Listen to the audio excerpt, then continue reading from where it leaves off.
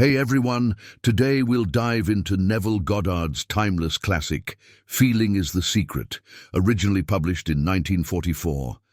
In this concise but powerful masterpiece, Neville shares a profound truth that our inner world, especially the feelings we nurture within, is the creative force behind everything we experience. He offers a clear and practical formula to manifest our desires.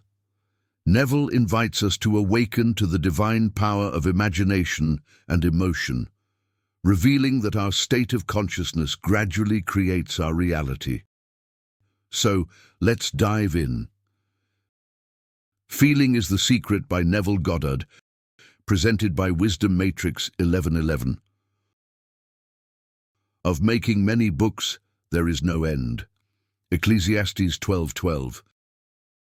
He that would perfect himself in any art whatsoever, let him betake himself to the reading of some sure and certain work upon his art many times over. For to read many books upon your art produceth confusion rather than learning. Old saying. Forward. This book is concerned with the art of realizing your desire. It gives you an account of the mechanism used in the production of the visible world. It is a small book, but not slight. There is a treasure in it, a clearly defined road to the realization of your dreams. Were it possible to carry conviction to another by means of reasoned arguments and detailed instances, this book would be many times its size. It is seldom possible, however, to do so by means of written statements or arguments, since to the suspended judgment it always seems plausible to say that the author was dishonest or deluded, and therefore his evidence was tainted. Consequently, I have purposely omitted all arguments and testimonials, and simply challenge the open-minded reader to practice the law of consciousness as revealed in this book. Personal success will prove far more convincing than all the books that could be written on the subject. Neville. Chapter 1. Law and its Operation. The world and all within it is man's conditioned consciousness objectified. Consciousness is the cause as well as the substance of the entire world. So, it is to consciousness that we must turn if we would discover the secret of creation. Knowledge of the law of consciousness and the method of operating this law will enable you to accomplish all you desire in life. Armed with a working knowledge of this law, you can build and maintain an ideal world. Consciousness is the one and only reality, not figuratively, but actually. This reality may, for the sake of clarity, be likened unto a stream which is divided into two parts, the conscious and the subconscious. In order to intelligently operate the law of consciousness, it is necessary to understand the relationship between the conscious and the subconscious. The conscious is personal and selective. The subconscious is impersonal and non-selective. The conscious is the realm of effect. The subconscious is the realm of cause. These two aspects are the male and female divisions of consciousness. The conscious is male, the subconscious is female. The conscious generates ideas and impresses these ideas on the subconscious. The subconscious receives ideas and gives form and expression to them. By this law, first conceiving an idea and then impressing the idea conceived on the subconscious, all things evolve out of consciousness, and without this sequence, there is not anything made that is made. The conscious impresses the subconscious, while the subconscious expresses all that is impressed upon it. The subconscious does not originate ideas, but accepts as true those which the conscious mind feels to be true and, in a way known only to itself, objectifies the accepted ideas. Therefore, through his power to imagine and feel and his freedom to choose the idea he will entertain, man has control over creation. Control of the subconscious is accomplished through control of your ideas and feelings. The mechanism of creation is hidden in the very depth of the subconscious, the female aspect or womb of creation. The subconscious transcends reason and is independent of induction. It contemplates a feeling as a fact existing within itself, and on this assumption proceeds to give expression to it. The creative process begins with an idea, and its cycle runs its course as a feeling and ends in a volition to act. Ideas are impressed on the subconscious through the medium of feeling. No idea can be impressed on the subconscious until it is felt, but once felt, be it good, bad, or indifferent, it must be expressed. Feeling is the one and only medium through which ideas are conveyed to the subconscious. Therefore, the man who does not control his feeling may easily impress the subconscious with undesirable states. By control of feeling is not meant restraint or suppression of your feeling, but rather the disciplining of self to imagine and entertain only such feeling as contributes to your happiness. Control of your feeling is all important to a full and happy life. Never entertain an undesirable feeling, nor think sympathetically about wrong in any shape or form. Do not dwell on the imperfection of yourself or others. To do so is to impress the subconscious with these limitations. What you do not want done unto you, do not feel that it is done unto you or another. This is the whole law of a full and happy life. Everything else is commentary. Every feeling makes a subconscious impression, and unless it is counteracted by a more powerful feeling of an opposite nature, must be expressed. The dominant of two feelings is the one expressed. I am healthy is a stronger feeling than I will be healthy. To feel I will be is to confess I am not. I am is stronger than I am not. What you feel you are always dominates what you feel you would like to be. Therefore, to be realized, the wish must be felt as a state that is, rather than a state that is not. Sensation precedes manifestation and is the foundation upon which all manifestation rests. Be careful of your moods and feelings, for there is an unbroken connection between your feelings and your visible world. Your body is an emotional filter and bears the unmistakable marks of your prevalent emotions. Emotional disturbances, especially suppressed emotions, are the causes of all disease. To feel intensely about a wrong without voicing or expressing that feeling is the beginning of disease in both body and environment. Do not entertain the feeling of regret or failure for frustration or detachment from your objective results in disease. Think feelingly only of the state you desire to realize.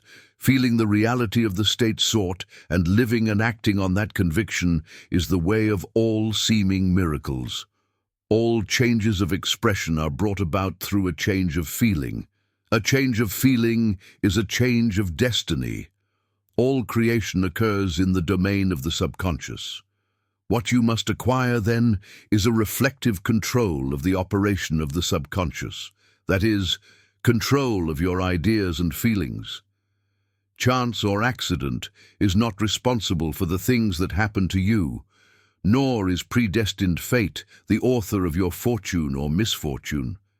Your subconscious impressions determine the conditions of your world. The subconscious is not selective, it is impersonal, and no respecter of persons, Acts 10:34, Romans 2:11. The subconscious is not concerned with the truth or falsity of your feeling. It always accepts as true that which you feel to be true. Feeling is the assent of the subconscious to the truth of that which is declared to be true. Because of this quality of the subconscious, there is nothing impossible to man. Whatever the mind of man can conceive and feel as true, the subconscious can and must objectify. Your feelings create the pattern from which your world is fashioned, and a change of feeling is a change of pattern. The subconscious never fails to express that which has been impressed upon it. The moment it receives an impression, it begins to work out the ways of its expression. It accepts the feeling impressed upon it, your feeling, as a fact existing within itself, and immediately sets about to produce, in the outer or objective world, the exact likeness of that feeling. The subconscious never alters the accepted beliefs of man. It outpictures them to the last detail, whether or not they are beneficial. To impress the subconscious with the desirable state, you must assume the feeling that would be yours had you already realized your wish. In defining your objective, you must be concerned only with the objective itself. The manner of expression or the difficulties involved are not to be considered by you. To think feelingly on any state impresses it on the subconscious. Therefore, if you dwell on difficulties, barriers, or delay, the subconscious, by its very non-selective nature, accepts the feeling of difficulties and obstacles as your request and proceeds to produce them in your outer world. The subconscious is the womb of creation. It receives the idea unto itself through the feelings of man. It never changes the idea received, but always gives it form. Hence, the subconscious outpictures the idea in the image and likeness of the feeling received. To feel a state as hopeless or impossible is to impress the subconscious with the idea of failure. Although the subconscious faithfully serves man, it must not be inferred that the relation is that of a servant to a master, as was anciently conceived. The ancient prophets called it the slave and servant of man. St. Paul personified it as a woman and said, "The woman should be subject to man in everything." Ephesians 5:24. Also, Corinthians 14:34, Ephesians 5:22, Colossians 3:18, 1 Peter 3:1. The subconscious does serve man and faithfully gives form to his feelings. However, the subconscious has a distinct distaste for compulsion and responds to persuasion rather than to command. Consequently, it resembles the beloved wife more than the servant. The husband is head of the wife, Ephesians 5:23.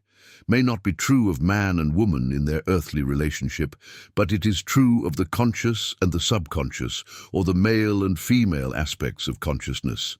The mystery to which Paul referred when he wrote, "This is a great mystery," 5:32. "He that loveth his wife loveth himself," 5:28. "And they two shall be one flesh," 5:31, is simply the mystery of consciousness. Consciousness is really one and undivided, but for creation's sake it appears to be divided into two. The conscious, objective, or male aspect truly is the head and dominates the subconscious, subjective, or female aspect. However, this leadership is not that of the tyrant, but of the lover. So by assuming the feeling that would be yours, were you already in possession of your objective, the subconscious is moved to build the exact likeness of your assumption. Your desires are not subconsciously accepted until you assume the feeling of their reality. For only through feeling is an idea subconsciously accepted, and only through this subconscious acceptance is it ever expressed. It is easier to ascribe your feeling to events in the world than to admit that the conditions of the world reflect your feeling. However, it is eternally true that the outside mirrors the inside. As within, so without; as above, so below; as below, so above; as without, so within. Correspondence. The second of the 7 principles of Hermes Trismegistus. A man can receive nothing unless it is given him from heaven, John 3:27, and "The kingdom of heaven is within you," Luke 17:21. Nothing comes from without, all things come from within, from the subconscious. It is impossible for you to see other than the contents of your consciousness. Your world in its every detail is your consciousness objectified. Objective states bear witness of subconscious impressions. A change of impression results in a change of expression. The subconscious accepts as true that which you feel as true, And because creation is the result of subconscious impressions, you, by your feeling, determine creation. You are already that which you want to be, and your refusal to believe this is the only reason you do not see it.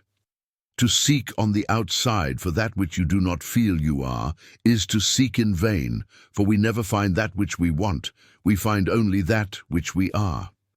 In short, you express and have only that which you are conscious of being or possessing. To him that hath it is given.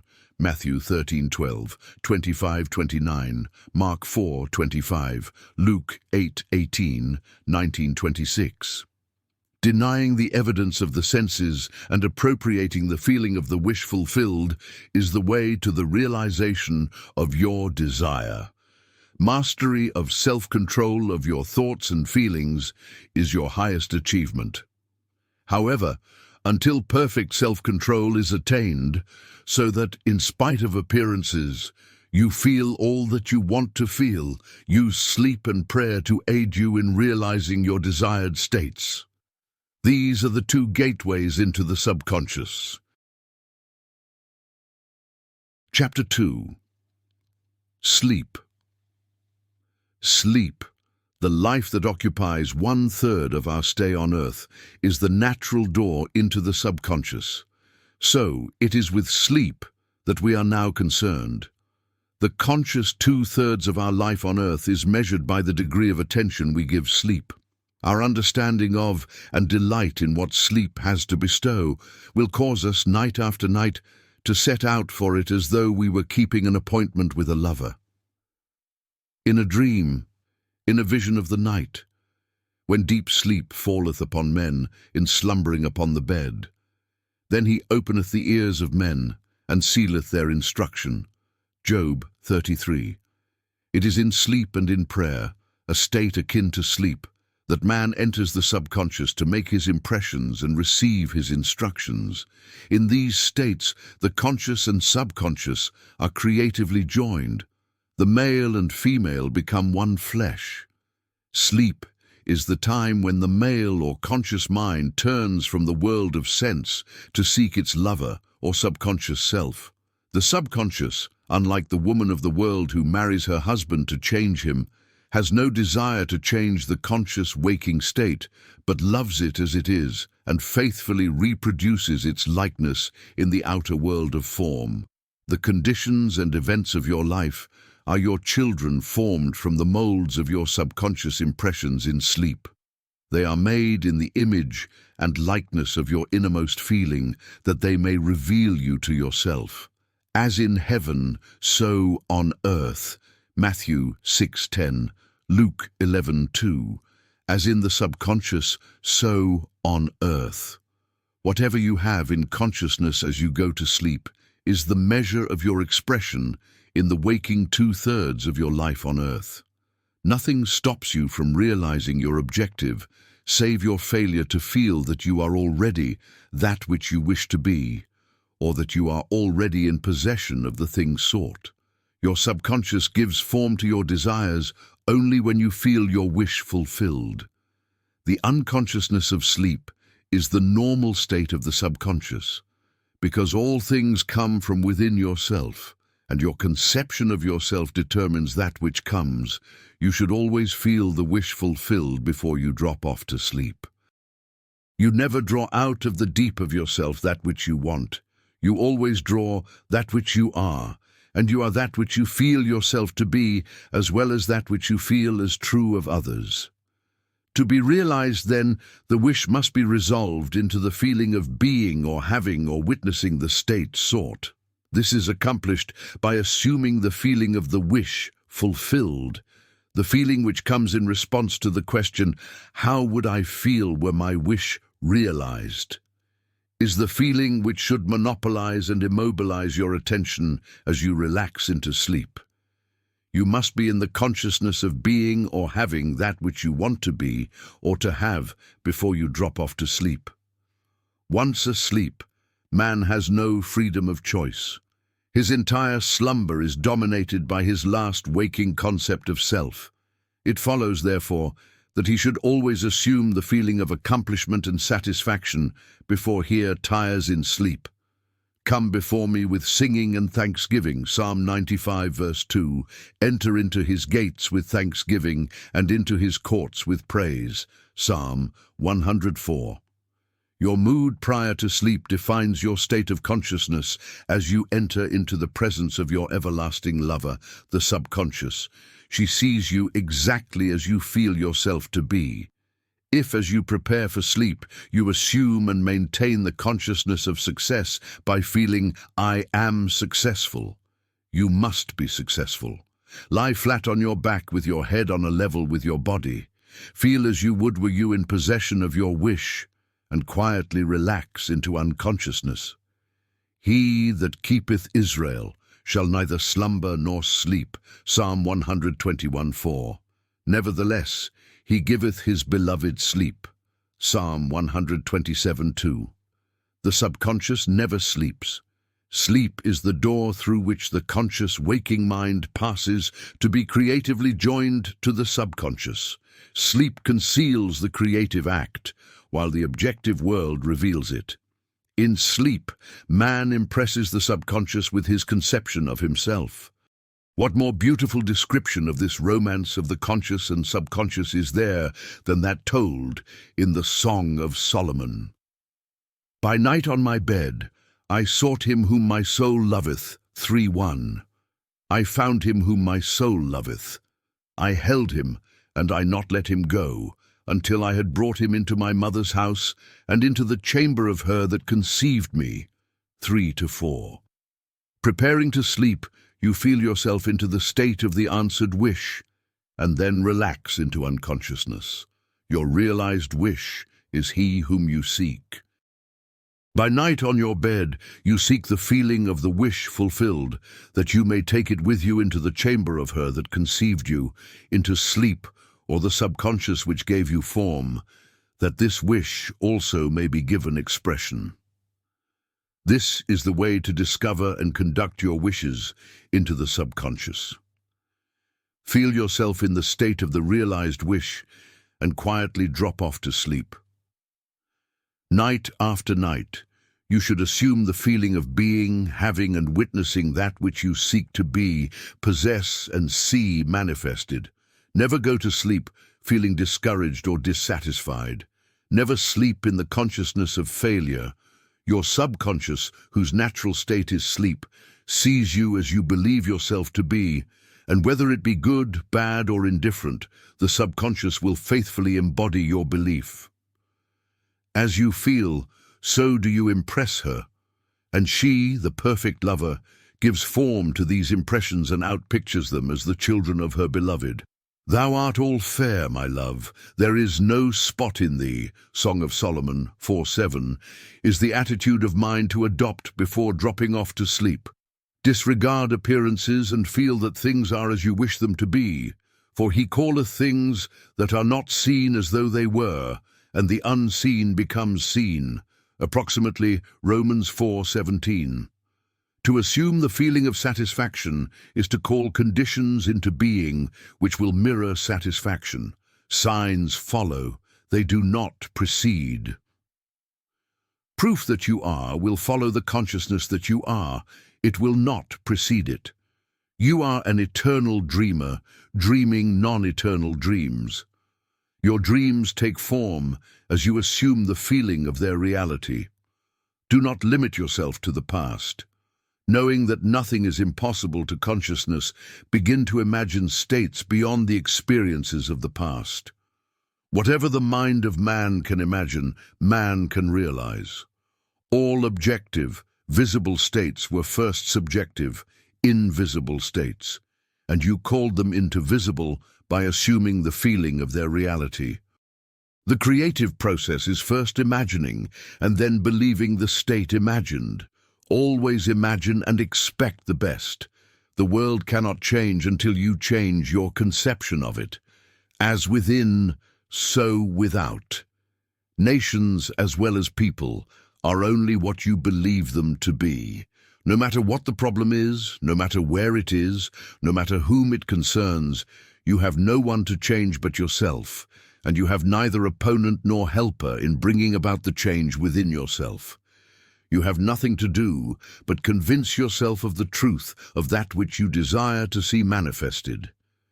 As soon as you succeed in convincing yourself of the reality of the state sought, results follow to confirm your fixed belief.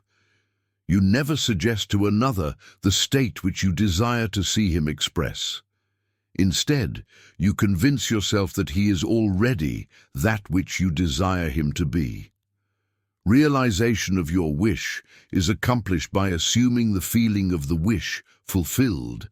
You cannot fail unless you fail to convince yourself of the reality of your wish. A change of belief is confirmed by a change of expression. Every night, as you drop off to sleep, feel satisfied and spotless, for your subjective lover always forms the objective world in the image and likeness of your conception of it, the conception defined by your feeling. The waking 2/3 of your life on earth ever corroborates or bears witness to your subconscious impressions. The actions and events of the day are effects, they are not causes. Free will is only freedom of choice. Choose ye this day whom ye shall serve. Joshua 24:15 is your freedom to choose the kind of mood you assume, but the expression of the mood is the secret of the subconscious. The subconscious receives impressions only through the feelings of man and, in a way known only to itself, gives these impressions form and expression. The actions of man are determined by his subconscious impressions. His illusion of free will, his belief in freedom of action, is but ignorance of the causes which make him act. He thinks himself free because he has forgotten the link between himself and the event. Man awake is under compulsion to express his subconscious impressions. If in the past he unwisely impressed himself, then let him begin to change his thought and feeling, for only as he does so will he change his world. Do not waste one moment in regret, for to think feelingly of the mistakes of the past is to reinfect yourself. Let the dead bury the dead. Matthew 8:22, Luke 9:60. Turn from appearances and assume the feeling that would be yours were you already the one you wish to be. Feeling a state produces that state.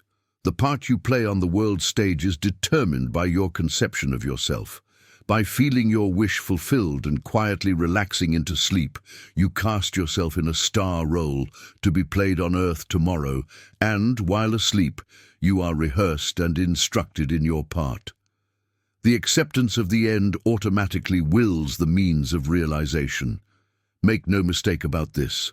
If, as you prepare for sleep, you do not consciously feel yourself into the state of the answered wish, then you will take with you into the chamber of her who conceived you the sum total of the reactions and feelings of the waking day, and while asleep you will be instructed in the manner in which they will be expressed tomorrow.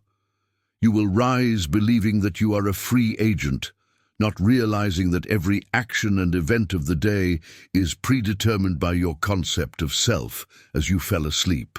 Your only freedom, then, is your freedom of reaction. You are free to choose how you feel and react to the day's drama, but the drama, the actions, events, and circumstances of the day have already been determined. Unless you consciously and purposely define the attitude of mind with which you go to sleep, you unconsciously go to sleep in the composite attitude of mind made up of all feelings and reactions of the day. Every reaction makes a subconscious impression, and unless counteracted by an opposite and more dominant feeling, is the cause of future action. Ideas enveloped in feeling are creative actions. Use your divine right wisely. Through your ability to think and feel, you have dominion over all creation. While you are awake, you are a gardener selecting seed for your garden. But, except a corn of wheat fall into the ground and die, it abideth alone. But if it die, it bringeth forth much fruit. John 12:24. Your conception of yourself as you fall asleep is the seed you drop into the ground of the subconscious. Dropping off to sleep, feeling satisfied and happy, compels conditions and events to appear in your world which confirm these attitudes of mind. Sleep is the door into heaven. What you take in as a feeling you bring out as a condition, action, or object in space. So, sleep in the feeling of the wish fulfilled. As in consciousness, so on earth. Chapter 3. Prayer. Prayer, like sleep, is also an entrance into the subconscious. When you pray, enter into your closet, and when you have shut your door, pray to your Father which is in secret, and your Father which is in secret shall reward you openly. Matthew 6:6. Prayer is an illusion of sleep, which diminishes the impression of the outer world and renders the mind more receptive to suggestion from within. The mind in prayer is in a state of relaxation and receptivity, akin to the feeling attained just before dropping off to sleep. Prayer is not so much what you ask for, as how you prepare for its reception. Whatsoever things ye desire, when ye pray, believe that you have received them, and ye shall have them. Mark 11:24. The only condition required is that you believe that your prayers are already realized. Your prayer must be answered if you assume the feeling that would be yours. Were you already in possession of your objective? The moment you accept the wish as an accomplished fact, the subconscious finds the means for its realization. To pray successfully, then, you must yield to the wish. That is, feel the wish fulfilled. The perfectly disciplined man is always in tune with the wish as an accomplished fact. He knows that consciousness is the one and only reality, that ideas and feelings are facts of consciousness and are as real as objects in space. Therefore, he never entertains a feeling which does not contribute to his happiness, for feelings are the causes of the actions and circumstances of his life. On the other hand, the undisciplined man finds it difficult to believe that which is denied by the senses and usually accepts or rejects solely on appearances of the senses. Because of this tendency to rely on the evidence of the senses, it is necessary to shut them out before starting to pray, before attempting to feel that which they deny. Whenever you are in the state of mind, I should like to, but I cannot, the harder you try, the less you are able to yield to the wish. You never attract that which you want, but always attract that which you are conscious of being. Prayer is the art of assuming the feeling of being and having that which you want. When the senses confirm the absence of your wish, all conscious effort to counteract this suggestion is futile and tends to intensify the suggestion. Prayer is the art of yielding to the wish and not the forcing of the wish. Whenever your feeling is in conflict with your wish, feeling will be the victor. The dominant feeling invariably expresses itself. Prayer must be without effort. In attempting to fix an attitude of mind which is denied by the senses, effort is fatal. To yield successfully to the wish as an accomplished fact, you must create a passive state, a kind of reverie or meditative reflection similar to the feeling which precedes sleep. In such a relaxed state, the mind is turned from the objective world and easily senses the reality of a subjective state. It is a state in which you are conscious and quite able to move or open your eyes, but have no desire to do so. An easy way to create this passive state is to relax in a comfortable chair or on a bed. If on a bed, lie flat on your back with your head on a level with your body. Close the eyes and imagine that you are sleepy. Feel, I am sleepy, so very sleepy. In a little while, a faraway feeling accompanied by a general lassitude and loss of all desire to move envelops you. You feel a pleasant, comfortable rest and not inclined to alter your position, although under other circumstances you would not be at all comfortable. When this passive state is reached, imagine that you have realized your wish, not how it was realized, but simply the wish fulfilled. Imagine in picture form what you desire to achieve in life. then feel yourself as having already achieved it. Thoughts produce tiny little speech movements which may be heard in the passive state of prayer as pronouncements from without. However, this degree of passivity is not essential to the realization of your prayers. All that is necessary is to create a passive state and feel the wish fulfilled. All you can possibly need or desire is already yours. You need no helper to give it to you.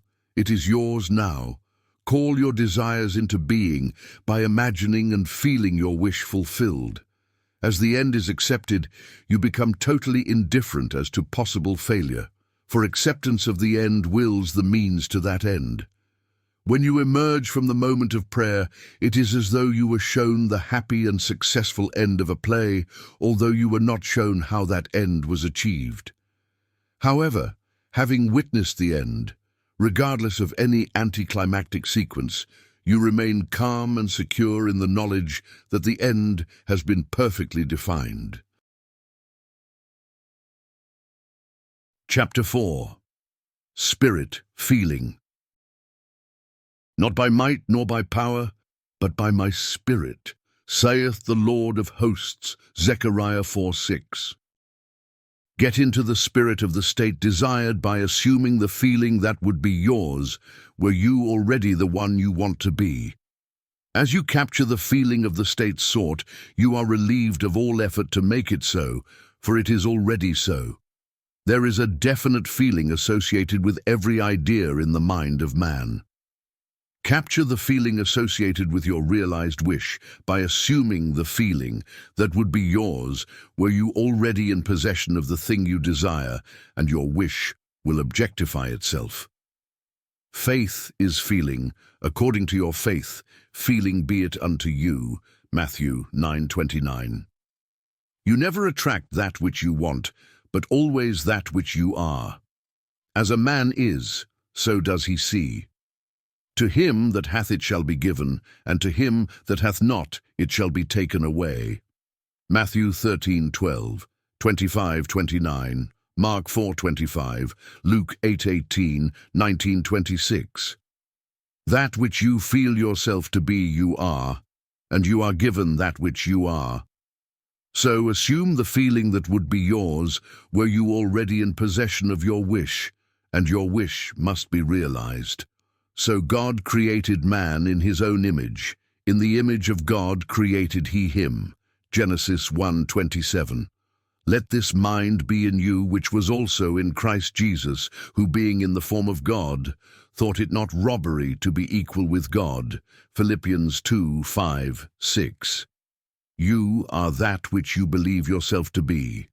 Instead of believing in God or in Jesus, believe you are God or you are Jesus.